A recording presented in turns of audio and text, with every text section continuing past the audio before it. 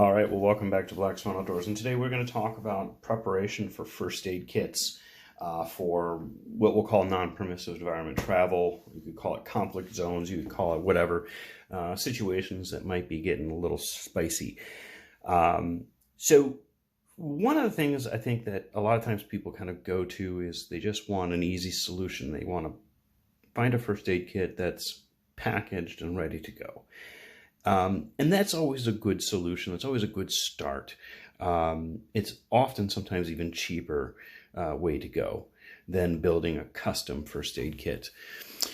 However, having a custom first aid kit or customized kit, particularly for those that are a little more experienced or skilled, is very beneficial. And a first aid kit that's really kind of specialized to your needs is also I think a very good consideration. So there's some pros and cons in terms of how you want to prepare a first aid kit and some of the things and the equipment that you have. And if you asked 10 doctors or 10 EMTs or paramedics, you'd probably get a list that's going to be slightly different than every one of them. So I don't think that there's often a wrong first aid kit. There's just better items that some people can carry for certain situations, and that's really what I want to kind of push upon or kind of stress, is that the set it and forget it rotisserie chicken of first aid kits oftentimes doesn't cut it all the way. That there are better tools, there are better supplies, there are better ways to pack, and a lot of it's going to be dependent on the environment that you're going to be in, how long you're going to be in that environment, what the likelihood of certain types of injuries might be. And so sometimes tailoring that first aid kit is going to be easier and better. So these two first aid kits that I have in front of me, these are both, the packaging or the pouches were made by 511. They're pretty nice. They're compact. I believe they're compact enough. Certainly they are a little bit more pricey, and you have to buy all the supplies to put inside there. So it's kind of tailored to what I want and to what I need. Lots of advantages to this way to go. However, that's not what we're going to talk about today. What we're going to talk about is preparing a first aid kit, or first aid kits, plural, that's tailor-made without using these pouches or any kind of purchase. Because I don't know if they're $20 to $30 for a pouch. It's pretty well constructed, so it's not like it's not going to last. However, they are fairly bulky, and they're weighty. They're heavy. In fact, there's a lot of people out there with YouTube videos that have lots and lots of pouches and all types of great organization. And in doing that, although they're fantastically organized, they're carrying a lot of extra weight. And sometimes it's easier to have a few supplies on you that you're more likely to have because it's lighter, more compact, than it is when you're going to be carrying something bulky, heavy, or if you're having to sacrifice certain items that you might need to take with you on your trip because you are going to rely on first aid supplies that you may or may not need at all. So this kit here on the left has a belt IFAK, and then this is just a regular kind of standard first aid kit. And so together they work together and complement each other. So generally, if I'm wearing a belt of some kind, I can wear this with me, and I can put in this kit all of the supplies that I think I would need. Since it's an IFAK, it's generally focused towards traumatic medicine, things that you'd want to have on hand very, very readily and quickly, so that has priority. Although there is room in here that I can put in additional things like prescription glasses or medication or things like that I want to have on hand if I needed to carry something like this. Generally speaking, a lot of times this kit in itself is just in my backpack. I don't walk around wearing this, and I don't feel like it's always necessary to buy different kits for different situations, having one kit for your vehicle, one kit for a kit bag, one kit for, a plate carrier, one kit for a belt, one kit, all of a sudden you have all these different kits, when it's just easy enough to have some supplies that you can kind of interchange and use and repack. And the idea here is being active. So when we talk about situational awareness, oftentimes there's a lot of things that are kind of left off in the teachings of situational awareness. And really what it's about is active thinking. And sometimes when we get into the kit mindset, we just think, well, this is kit set and it's good to go. And we never really think about expiration dates or specific needs, personal needs, environmental needs. And so the idea here is that we want to be actively thinking about what we have. And so that's the advantage, I think, of having kind of a couple set kits versus a plethora of lots of kits, especially given the cost of first aid supplies in general, and then the likelihood of you needing them. And so instead of these types of kits, what I'm going to be talking about today is small pocket kits, small kits. And instead of pouches, we're going to be using vacuum seal bags. These vacuum seal bags obviously are waterproof. They're airtight. They get things squinched down to the absolute bare minimum. They're clear, so you can see the contents inside them. So you can clearly see that these are first aid kits. And so in doing this, we save a ton of money on extra kits, and we also have now different variations that we can use. So if you really needed to rely, if you ever needed an IFAK, in my opinion, if you ever need a tourniquet in a situation, you're most likely going to need 2 tourniquets or additional supplies. And the same goes if you need an IFAK, you're often going to need a different kit or a separate kit, or either a resupply bag or a kit that you can pull out of your backpack and just hand over to somebody, for example. And that's really kind of the role of this type of kit in particular. So this is an IFAK that will package seal, and we'll go through some of the contents on this today. And then this is a pocket first aid kit. I hate the term boo-boo kit that oftentimes people refer that to as, but it's just a pocket kit. It's just a simple kit. This is pretty easy to make. Obviously, you have to have a vacuum sealer already. If you don't have one, you can always buy the plastic bags and ask around and find somebody who does have one to use. The nice thing about these is that you can reseal them. So you just make the cuts a little bit larger so that if you do need to open your kit, then you can reseal it. So let's talk a little bit about this personal first aid kit first. We're not talking a whole lot in there, and in fact, this is probably a little bit more than what you would need to have, to be perfectly honest. This kit was a ready-made kit, ready-made kind of simple quick first aid kit, just maybe $5 at a drugstore. And it comes in a nice little plastic case, which is great for if you're going to throw this in a backpack or a purse or throw this in your car. But if you wanted to have a first aid kit on your person, this is going to be a little bulky, a little heavy, and a little inconvenient. And anytime something is inconvenient, either because it's too heavy, too bulky, or cumbersome, you're generally going to shy away from carrying that thing. So this kit here is pocket-sized. It's lightweight. It can literally fit in my pocket if I'm traveling, and you would never, obviously, you'd never feel that in there. So you could actually everyday carry or EDC a kit like this. And I don't really like the EDC term, but we'll use it because everyone knows what it means, or a lot of people do. So, so in the preparations of this kit, pretty simple. All you have to do if you need the contents inside here is simply just open it up. And I just have a tear already with the scissors made, and I can just, oops, and that didn't work out very well. That's good, it's on the video so people can see. If you don't have the sealing correct, as I had to double seal it, it doesn't open up very well. So it's a learning lesson for everybody. So basically I just have my little kit, and I just put in a note card in here, just made for fun, just put a little red cross on there. But then I wrote down all the contents inside this kit. Why did I do this? Well, because this is a personal first aid kit that I'm going to dip into and have on my person all the time. So if I need to know what I need to replace, I have a list here of all those items. So I want to make sure I have that on there.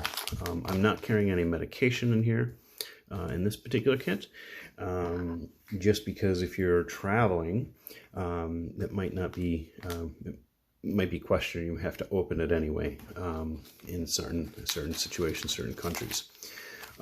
So adhesive strips, adhesive dressing, a knuckle strip, adhesive square strip, a CPR shield, disposable gloves, gauze swab, splinter probes, and wound wipes is all this is. And like I said, this is actually bulkier. This is probably heavier and have more contents than you could really need. I really like low-key or very simple first aid kits. A lot of times people spend way too much money, way too much stuff in there for things that you're never going to use. So simple wound dressing is really what the focus on this particular first aid kit. Splinters, some simple cuts, basic care for yourself or somebody else. And again, it's cheap. You can hand this off to somebody else if you need to as well. So the other kit here, if you had to go into a conflict area, say you're a reporter, you work for an NGO, you're traveling in a place that might be a little dicey, but you don't have a trauma kit or you don't have a lot of experience, and that's okay. I am also not one of those people who say don't carry things if you're not trained on them, in part because if you're in an area like that, there are going to be people who are trained, and I always recommend, and we talk about this in the article about traveling in these locations, to actually get medical training. And there's some suggestions we have on that article about the type of proper training to get. So you don't want to online train. That's not good enough. And you want to avoid any, particularly with the TCCC classes, and other first aid classes of individuals who are kind of not professional medical people. There's a whole plethora of people who may have been a paramedic or had their first cousins, ex-husband's former roommate was a SF medic or something and gave them some pointers, and then all of a sudden they're teaching classes on this, right? You want to avoid those guys. There's tons of these guys. There's also a ton of guys who maybe were medics in the military, but they're teaching civilians, and civilian medicine versus military-based medicine is completely different. And in fact, we have a whole book about this as a guerrilla medicine, where we talk about packing first aid kits, how to pack a first aid kit, and the differences between tactical medicine and non-tactical. And so not only are there completely varied differences between the two, but then you also have, time that these people might have served in 10 years ago. Right? Are they still up to date? Probably not. And then the last thing I would say about training, before we get into the first aid kit then, is you want to be careful about these individuals who might actually be fairly credible, but then they completely ignored anything and everything that had to do with the pandemic in terms of social distancing, in terms of face mask wearing. These guys are some of the worst, because they sit and they talk about, peer review this and peer review that online, and they fight about this and that and medical processes and which kind of tourniquet you're going to have and all this stupid arguments that really don't make any difference at all at the end of the day. But then they also don't adhere to the medical science and the medical community either. So not only, they're not keeping up with medical science, perhaps, but they're also not, they're completely ignoring, they're kind of picking and choosing what they want to teach. And that's certainly not a good teacher. That's certainly not a good education. You don't get an algebra teacher who's only going to teach you half of algebra or what they want to teach, so it's important to get good training, and it's important to keep refreshers on this, particularly if you're going to go into dangerous areas. So for most people, I think, in most travel situations, a pocket first aid kit is going to be plenty fine for most situations, most international travel, domestic travel. Just very simple bandages, lightweight, something to have on you. Now, if you're going to go into a more, like, as I said, conflict area, you might want something more. And in that case, here are some items that you might want to think about packing. You don't have to replicate what I have by any means, because everybody's conditions are different, everyone's training is different, everyone's approach is going to be slightly different. Like I said, if you go on YouTube and you watch IFAKS videos, you're going to get different variations and different equipment. Nothing is standard. Okay, so I have a couple compression bandages. I have a small one and a big one. Again, I don't really care about name brand as much. I like the Israeli bandages. These blast bandages are pretty good as well. They're a little bit more bulky. So, which is one of the reasons instead of putting in this kit here. I've got some H&H compressive gauze, gloves, marker, a Mylar blanket, which can be used for lots of different stuff. In fact, I got a whole post on Mylar blankets, which you can use, which you can read and get in all the different survival things you can do with it. Cat tourniquet, and then a rescue card. This one is designed specifically off of military, which is for good reason. And the idea is that there are people who are either actively serving military or individuals who were, that are going to be most likely the ones going to be responding to you. And so if you can communicate like them, it helps them. And instead of trying to figure out how to communicate like a citizen to a military, it's trying to communicate using the same words and structure. And when you're in a traumatic environment and you're in a dangerous environment, sometimes it's harder to think, and you just need more or less of a checklist to go through some of these things. So that's kind of why I have put this in there in that context. And then, of course, this is the larger compressive combat bandage as well. And I think that this not only covers everything that you most likely are going to need, but it also serves as, again, as a refill. So when you need extra gloves, you need compressive gauze to add to your IFAK, your other kits, you have that to do that. It also serves as a second kit that you can put into a backpack, set it inside your hydration bladder, for example, sleeve, or somewhere in your backpack. And then you always have kind of a very simple kit, very inexpensive.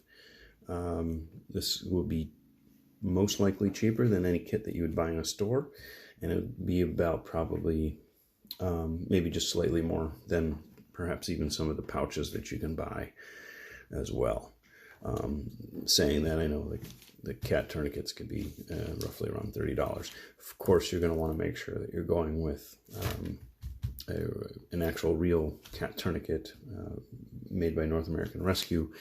I think that's a good base tourniquet to start with. If you have questions on tourniquets, you can check out my video on selecting tourniquets. I think it's a pretty decent video, and it has a perspective that you often don't hear from that kind of tactical training community.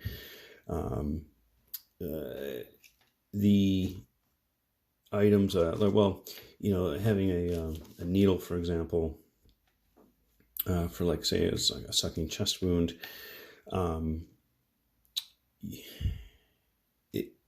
This is a 14 gauge. You may Most of the time they recommend something a little bit bigger, and that's just because most of Americans are fat.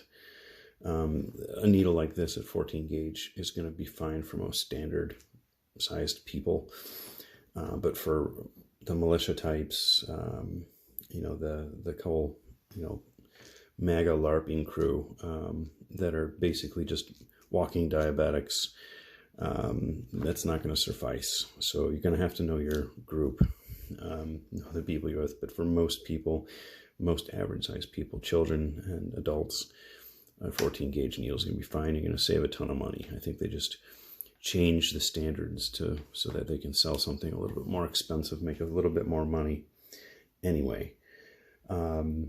So again, this is more kind of a support of your regular belt IFAK that can also be used as a principal IFAK as well. That's kind of the hope. So in a second here, what I'm going to do is I'm going to put this in the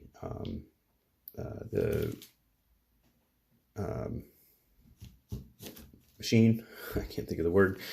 And then we'll see what it looks like when we're done, what the whole contents look like when we're done. All right, and here's the final product. This is just vacuum sealed. The entire kit, all those contents that you just saw, that was all over the table, is now in a nice, flat, lightweight kit that, again, could be stored in a backpack, under a seat, wherever you can want to place an extra first aid kit, in a suitcase, whatever it is that you're carrying. Takes up very little space, very inexpensive, and yes, makes everything ready to go and capable of you packing and having the stuff with you, which is the important thing in the first place. Any questions or comments, leave them down below. If you think maybe there may be something I could do different or add or subtract, happy to hear your suggestions. This was just kind of a kit that I put together, and I'm happy to, definitely to think about things a different way, or if you do something similar to this, I'd like to learn. Always continuously learning. So with that, hopefully you enjoyed this video, and we'll see you on the next one.